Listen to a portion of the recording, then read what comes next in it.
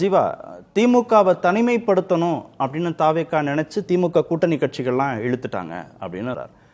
திமுகவை தனிமைப்படுத்தணுன்ற எண்ணம் திமுகவோடு இருந்த அந்த கட்சிகளுக்கும் இருக்கா? அந்த புள்ளியில தாவேக்காவும் திமுக கூட்டணி கட்சிகளும் இணைஞ்சிட்டாங்களா? இன்னொரு மக்கள் நல கூட்டணி அப்படின்லாம் அவர் சொல்றாரு. ஏற்கனவே உருவான கூட்டணி தானே, அப்படி ஒரு கான்செப்ட் தமிழ்நாட்டில் இல்லைன்னு சொல்ல முடியாது. பொதுவாக தேசிய கட்சிகளுக்கு ஒரு திராவிட எதிர்ப்பு மனநிலை இருக்கும்ல. உங்களுக்கு 67க்கு பிறகு தேசியம்ங்கிறதும் திராவிடங்கிறது அடிப்படையில் ஒரு வேறுபடுகிற புள்ளி ஒன்று இருக்குல்ல. அது இடதுசாரிகளாகவே இருந்தாலும் அவங்க ஏக இந்தியத்தை ஏற்றுக்கிறவங்க, இவங்க மாநில உணர்வை பிரதிபலிக்கக்கூடியவங்க. காங்கிரஸ் அளவுக்கு இல்லைனாலுமே இடதுசாரிகளுக்கும் ஏக இந்தியாவை ஏற்றுக்கிறவங்க. காஷ்மீர் பிரச்சனையிலேருந்து அவங்க நிலைப்பாடு வேற, அறிஞர் அண்ணாவுடைய நிலைப்பாடு வேற. காஷ்மீர் தேசிய அரசியலை ஆதவர், சிபிஎம் அதை ஆதரிக்க மாட்டாங்க. அவங்க இந்தியா ஒரே இந்தியாங்கிறதுல தெளிவாக இருப்பாங்க. சரி, அது ஒரு ரொம்ப விரிவான தனி ஈழம்ங்கிறதே அவங்களுக்கு வேற ஒரு நிலை. தமிழ் ஈழத்தை சுத்தமாக ஆதரிக்க மாட்டாங்க. சிபிஎம் கடுமையான எதிர்ப்பு வைப்பாங்க. தமிழ் ஈழம்ங்கிறது அவங்களுக்கு இது பண்ணவே பிடிக்காது. அது தனி அரசியல், அது இன்னொரு புறம் வச்சுக்கலாம். இப்போ அந்த ஐடியாலஜி கான்செப்ட்லாம் இதில் போட்டு பொருத்தி பார்க்கணுமான்லாம் நான் பார்க்கல. அவர் எப்போவுமே திமுகவுக்கு எதிராக மட்டும்தான் விஜய் பேசியிருக்காரு ஒழிய வேற எந்த கட்சிக்கு எதிராக பேச மாட்டார். திமுக கூட்டணியை உடைக்கணுங்கிறது தான் ஆதவர்ஜனாவோட அசைன்மெண்ட். திருமாவளவனை உடைச்சிடணும், காங்கிரஸை உடைச்சிடணும், இடதுசாரிகளை உடைச்சிடணும், இதை மட்டும் தான் அவங்க தொடர்ச்சியாக பேசிக்கிட்டு இருந்தாங்க. இப்போ அதை தோற்று போனவொடனே, இப்போ ஜெயிச்சிருந்தா எத்தனை பேர் போயிருப்பாங்களா? தோற்று போனவொடனே திடீர்னு போய் எப்படியாவது விஜய்க்கு ஆதரவாக பாஜகவுக்கு எதிரான ஒரு ஆட்சியை அமைக்க விஜய் உதவி செய்வார்னு அவங்க நம்புறாங்க நம்ம தோழர்கள். கரெக்ட் ஜீவா.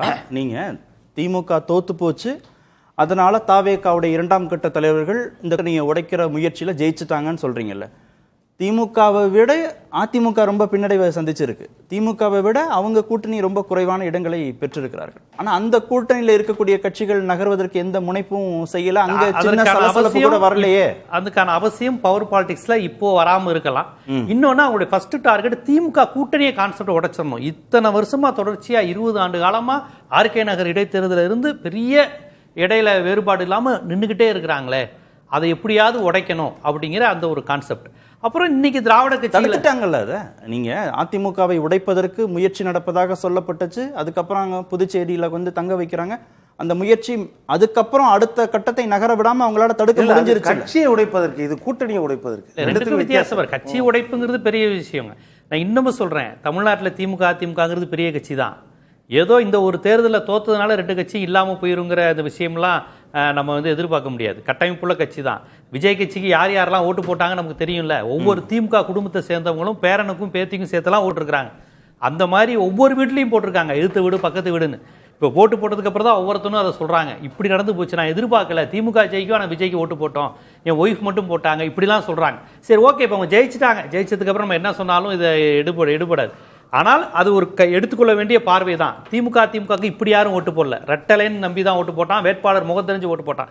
இங்க சம காமெடியாலாம் ஓட்டு போயிருக்கு, வேட்பாளர் யாருன்னு தெரியாம. அது இன்னொரு பார்வை. இல்ல, கொள்கை கூட்டணின்னு தானே சொன்னாங்க. திமுகவோடு இருந்த கட்சிகள் இது தேர்தல் கூட்டணி அல்ல, கொள்கை கூட்டணிங்கிறது. ஆமா ஆமா.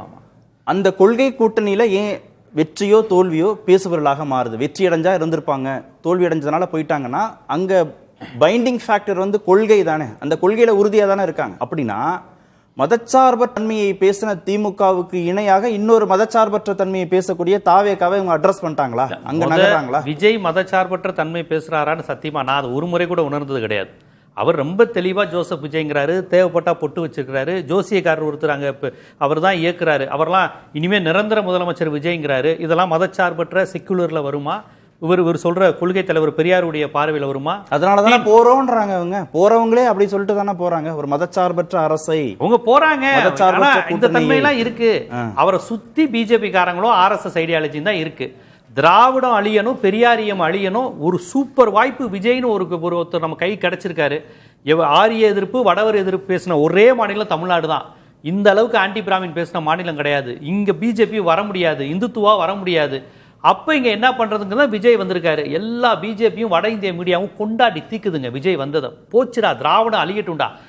எத்தனை ஆண்டுகால கனவு, சத்தியமூர்த்தி ஐயர்லேருந்து ராஜாஜியிலிருந்து மாப்போசி மாதிரி நம்மாட்களை வச்சே அடித்தது. எவ்வளோ ஆண்டு காலம் முயற்சி பண்ணி 100 ஆண்டு கால முயற்சியில் இன்றைக்கி அவங்க வெற்றி அடைஞ்சிருக்கிறாங்க. இது விஜயின் வெற்றி இல்லை, தாவேக்காவின் வெற்றி இல்லை, இடதுசாரியின் வெற்றி இல்லை, அந்த RSS நாக்பூரினுடைய மிகப்பெரிய வெற்றி. அதுதான் நான் கருத்தியல் ரீதியாக சொல்கிறேன். நான் சொல்கிறது ஐடியாலஜிக்கலாக சரிங்கிறது எல்லாருக்கும் தெரியும். ஏன்னா அவருக்கு மயிலாப்பூர் வேட்பாளர் வெங்கட்ராமன் வந்து சவால் விட்டுருக்காரு. எங்க பிராமணரை எதிர்த்த இந்த ஆட்சியை அழிச்சிட்டோம். அப்ப அவர் யாருக்கு எதிராக இருக்காரு? பெரியாருக்கு எதிராக இருக்காரு. ஸ்டாலின், எடப்பாடி எல்லாம் மேட்டர் கிடையாது. இந்த பெரியாரு நீதி கட்சி நீங்க உருவாக்குனீங்க பாருங்க, ஆன்டி பிராமின், அது முடிஞ்சிச்சு. அந்த எறா முடிஞ்சு, நாங்க வந்துட்டோம், விஜய் மாதிரி ஒருத்தரை பயன்படுத்தி நாங்க வர்றோம்.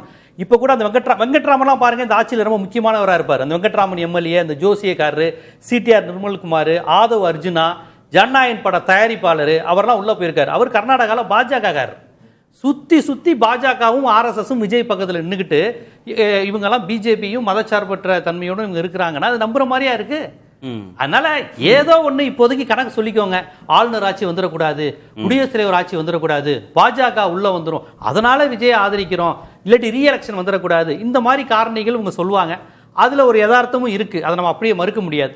ஆனா இவர்களுடைய ஆட்சி இது கண்டிப்பா பாஜக இந்துத்துவா எதிர்ப்பு ஆட்சி இல்ல, கார்பரேட் எதிர்ப்பு ஆட்சியும் இல்ல. தூய்மை பணியாளர்கள் போராடிய போது திமுக அரசை எதிர்த்து விஜய் போராடினாரா? அவங்கள கூட ஒரு 4 பேரை செலக்ட் பண்ணி பனையூர்ல வந்தானே பார்க்க சொன்னாரு. இப்படி ஒரு முதலாளித்துவ பண்ணையாரத்தனம் உடையவர் எப்படி இடதுசாரிகளுக்கு ஆதரவா இருப்பாங்க? புரியுதுங்களா? திராவிட கட்சிகள் கேபிட்டலிச கான்செப்ட்ல இருக்குன்னு இவங்க விமர்சிச்சா அதை நம்ம ஏத்துக்கலாம். ஆனா அதுக்கு ஆல்டர்னேட்டிவ் விஜய் வர மாட்டார்ல. தன்னுடைய திரைப்படத்துல தன்னுடைய அடையாளமா கார்பரேட் கிரிமினல் சொன்னவருங்க. வேற எந்த ஹீரோவும் அப்படி சொன்னது கிடையாது. கார்பரேட்டை எதிர்த்து தான் ஹீரோக்கள் பேசுவாங்க. கார்பரேட் கிரிமினல் நான் அப்படின்னு படத்துல சொல்லி அந்த படத்தை தான் தனக்கு அரசியல் அடிமையா காமிக்கிறார். இவர் எப்படி தூய்மை பணியாளர்கள், ஒடுக்கப்பட்டவர்கள், இடதுசாரிகள் கோரிக்கைகளுக்கு நிறைவேற்றுவார்?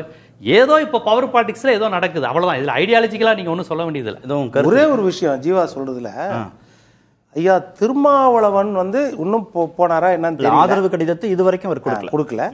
ஆனா அவர் பக்கத்துல மற்றவர்கள் நியாயத்தை விட இவரோட நியாயம்னு வந்தா அதை ஏற்றுக்கொள்ளவே முடியாத அளவுக்கு எப்படி இருக்கும்னா, கடந்த காலத்துல அவருடைய பேச்சு 1000 முறை என்னை விலை பேச பார்த்தார்கள். இந்த கட்சியை கூட தாவேக்காவே மறைமுகமா என்ன சொன்னார்னா, துணை முதலமைச்சர் முதல் கொண்டு எனக்கு ஆசை காட்டினார்கள், நான் போகலன்னாரு. ஆனால் பதவிக்காக நான் எந்த பக்கமும் போய் நிக்க மாட்டேன்.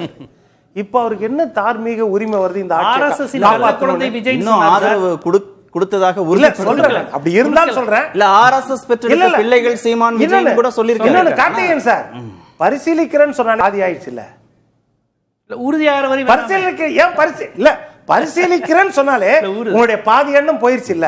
சரி, அவர் ஆதரவு கொடுக்கட்டும், கொடுத்த பிறகு இந்த கேள்விகள் விளக்கமும் அவர் பரிசீலிக்கிறேன்னு சொல்றதுதான் நான் விமர்சிக்கிறேன். பரிசீலிக்கிறேங்கிறதையே ஆதரவு கொடுத்ததாக நம்ம எடுத்துக்கொள்ள வேண்டியது இல்ல. கொடுக்கறாரோ கொடுக்கலையே, இந்த பரிசீலிக்கலன்னு பரிசுத்தம் போயிருது.